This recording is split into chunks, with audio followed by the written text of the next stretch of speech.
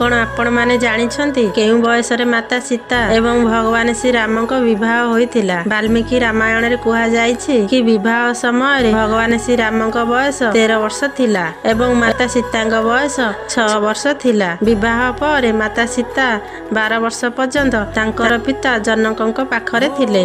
तापर तांकु अयोध्या को विदा करा गला। जेतेबेले तांकु 18 वर्ष होई जाइथिला भगवान श्री राम माता सीतांक ठारू 3 वर्ष बड़ थिले एवं जेतेबेले से माने अयोध्या रे पहुंचिले माता सीता को 18 वर्ष और भगवान श्री राम को 25 वर्ष होइथिला।